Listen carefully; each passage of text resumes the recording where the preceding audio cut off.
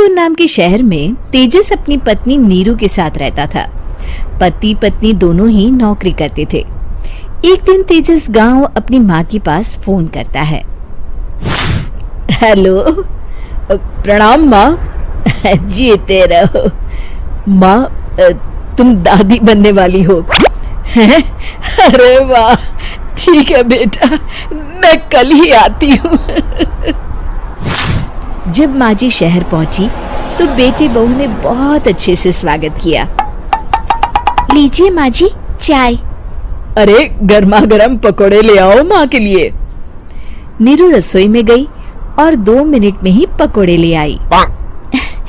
जी ये लीजिए। बहू जादू से बनाए हैं क्या? अभी तो रसोई में गई थी। यम्मी। माँ जी, शीला रसोई में पकोड़े तल रही है, मैं बस लेकर आई। हे भगवान, मेरा धर्म भ्रष्ट कर दिया तूने। अब तो गंगा जल से शुद्धिकरण करना होगा। दूसरे दिन, माँ जी मैंने नाश्ता बना दिया है, ऑफिस जा रही हूँ। पर अभी तो घर का सारा काम पड़ा है। शीला आती ही होगी, झाड़ू पोछा बर्तन कपड़े वो सब कर लेगी। हमारे जमाने में घर का सारा काम हम ही करते थे। जी माँ जी, आप बहुत होशियार हैं, मैं घर ऑफिस दोनों नहीं संभाल पाती। तो जरूरत क्या है घर से बाहर जाकर चाकरी करने की? वैसे भी घर का काम खुद करने से घर में बरकत आती है, समझी? पर माँ जी। पर वर कुछ नहीं, इस महीने की पगार मिले फिर ऑफिस बंद। हाँ। रात को नीरू तेजस से कहती है, सुनिए जी, माँ जी बोल रही थी कि मैं नौकरी छोड़ दूं। वैसे ठीक ही तो है, अभी तुम्हें आराम की जरूरत है। फिर भी आराम कहाँ, शीला को छुड़ाने के लिए बोल रही थी। तो अब 24 घंटे में इतना काम तो कर ही सकती हो। पर जॉब पसंद है मुझे, घर पर मन नहीं लगेगा। अगले दिन जब दोनों ऑफिस के लिए निकल रहे थे, मेरी तो कोई कीमत ही नहीं है इस घर में। माँ जी, आजकल महंगाई बहुत है, रहन सहन भी बदल गया है, दोनों नौकरी करते हैं तभी ठीक रहता है। अच्छा, तू कहना क्या चाहती है? मेरा बेटा तुझे बिठा के खिला नहीं सकता? तू ही इस घर का खर्च चला रही है, हैं? नहीं माँ जी, मेरा वो मतलब नहीं था। मतलब खूब समझती हूँ, ये बाल धूप में सफेद नहीं किए मैंने। हाँ। अब तो ये रोज का काम हो गया था। तेजस भी रोज की झिकझिक से परेशान हो गया था।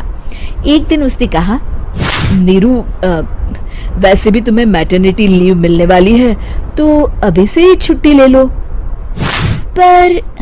पर क्या, मेरी सैलरी अच्छी खासी है।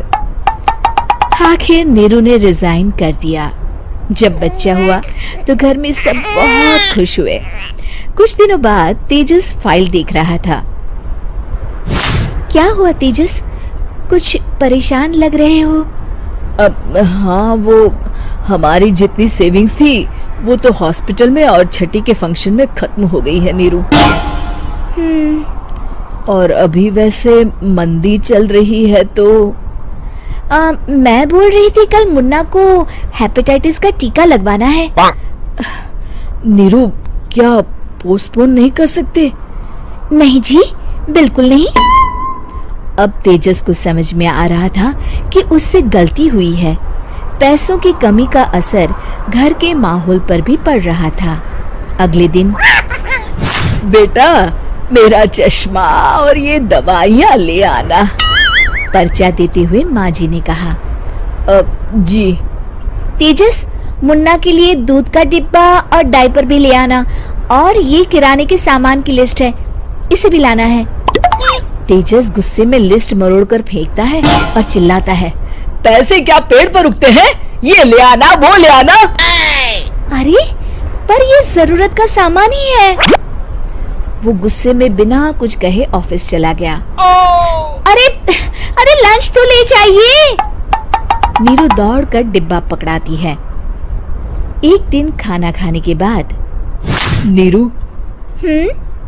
अब तो मुन्ना कुछ बड़ा हो गया, तो अब तुम वापस ज्वाइन कर लो ना जॉब। पर इस रिसेशन में जॉब मिलना बहुत मुश्किल है। ट्राई तो करो। फिर मुन्ना, माँ जी है ना, और एक फुल टाइम मेड भी लगा लेंगे। पर माँ जी, उन्हें तो पसंद नहीं।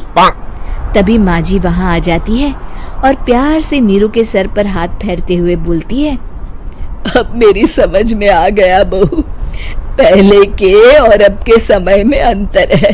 तुम काम शुरू करो, मुन्ना की जिम्मेदारी मेरी। मेरी प्यारी माँ जी। ये कहकर नीरू उनके गले लग गई। शिक्षा, परिवर्तन संसार का नियम है, हमें भी समय के साथ चलना चाहिए। उम्मीद है कि आपको हमारी ये कहानी पसंद आई होगी। कृपया हमारे चैनल को सब्सक्राइब करें और सभी अपडेट्स के लिए बेल आइकन जरूर क्लिक करें। और हाँ, वीडियो लाइक और शेयर करना मत भूलिएगा। Bye bye.